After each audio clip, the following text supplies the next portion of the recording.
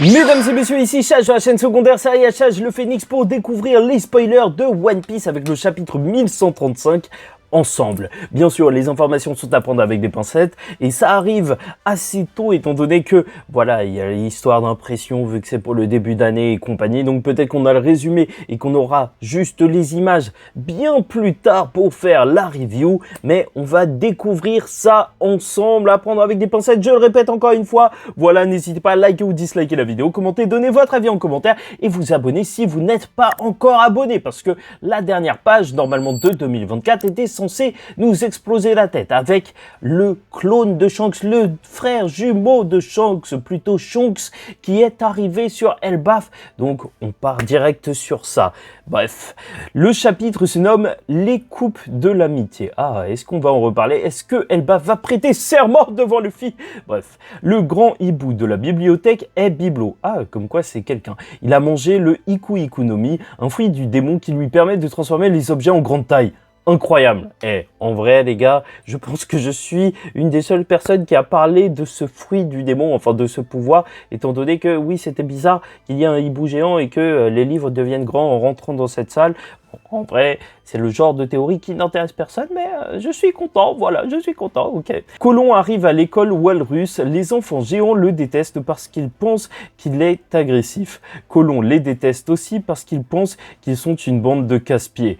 Ok, ça je trouve que c'est super intéressant parce que même si je me souviens pas trop du personnage de Colon, sauf si en fait c'est un tout nouveau personnage, bah en vrai, ça m'étonnerait pas que ce soit un moyen pour Oda de glisser subtilement que ça pourrait être l'histoire de Loki. Tu vois, les gens le détestaient, donc il a pris le rôle de méchant.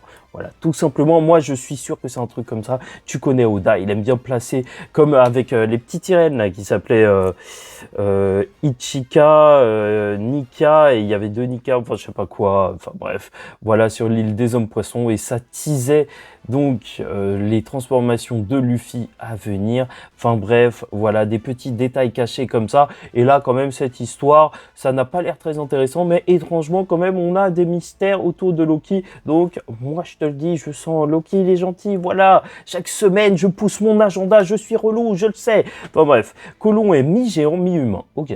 Sa mère est Ripley et son père est un pirate, dont on dit qu'il est aussi fort qu'un guerrier géant. Robin, Franky, Brooke et Jimber reçoivent leurs vêtements de viking comme les autres membres de l'équipage. Stylé. Franky veut voir le légendaire arbre d'Adam. Saul explique que certains arbres d'Adam poussent dans différentes parties du monde. Ah ok, mais que celui d'Elbaf est le plus ancien. Ah, je savais pas que c'était une race d'arbres. Moi qui pensais que c'était un arbre en particulier, apparemment il y en a plusieurs. Ok. Dans le château du village, le Shanks et la mystérieuse femme trouvent deux gardiens géants. La femme dit qu'ils sont à la recherche d'un certain Loki. Les gardiens géants refusent de répondre. Alors la femme tire quelque chose sur l'un d'entre eux qui commence à hurler à l'agonie. Ouh, c'est intéressant là. Là, ça part véritablement sur une rencontre avec Loki et en même temps, j'en ai parlé lors de ma review du chapitre précédent, peut-être qu'il pourrait y avoir une alliance avec Loki et donc là, même lors du chapitre précédent, je vous ai dit lors de la review que peut-être que le faux Shanks, là, le Shanks, il était venu parler du Gorosei, non pas de Barbe Noire comme on pensait au départ vu que c'était Shanks, mais si c'était le faux Shanks, peut-être qu'il parlait de Loki et voilà, peut-être que en fait, il y a un vrai plan qui se prépare avec Loki, ou qu'ils veulent juste l'éliminer, mais il se passe quelque chose autour de lui. Et franchement, la dernière review, elle n'était pas si fausse que ça. Hein. C'est plutôt cool. Donc, nous assistons ensuite à une fête dans le village avec l'équipage et les géants. Dory et Brogy partagent avec l'équipage les coupes de l'amitié pour exprimer leur gratitude envers l'équipage pour tout ce qu'ils ont fait par le passé pour les géants. Le chapitre se termine avec l'arrivée de Jarul à la fête. Il a une énorme épée plantée dans sa tête. Luffy est choqué et dit « Grand frère, il y a une épée dans ta tête. » Ok. Je sens que c'est une blague parce que Oda, il est il est pas assez violent pour te mettre un début de chapitre comme ça. Enfin, une fin de chapitre comme ça, je suis sûr que au prochain chapitre, il va enlever l'épée, il va dire « Oh, c'était une vanne !» Bon, je sais que ça semble un petit peu bizarre, on dirait une vanne de Brooke, en fait, dit comme ça. Bon, il n'y aura pas de pause la semaine prochaine, donc les événements suivent leur cours petit à petit, mais là, ça commence à être lourd, là.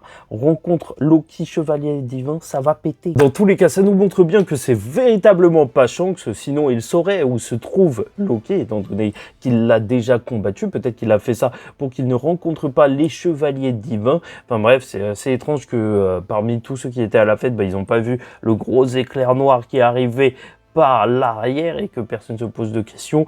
Enfin bref, on verra bien ça au niveau de Ripley. Est-ce que justement son mari c'était Scooper Gaban ou je sais pas quoi? Ça pourrait être lourd. Qui sait, on connaît toujours pas la mystérieuse personne qui se trouve sur Elbaf. Enfin bref, lâchez vos commentaires, vos idées et on se retrouve très vite pour la suite en espérant que le chapitre n'arrive pas trop tard. Et en attendant la suite, je vous dis tiens tout le monde, faites très attention à vous et surtout, paix sur vous.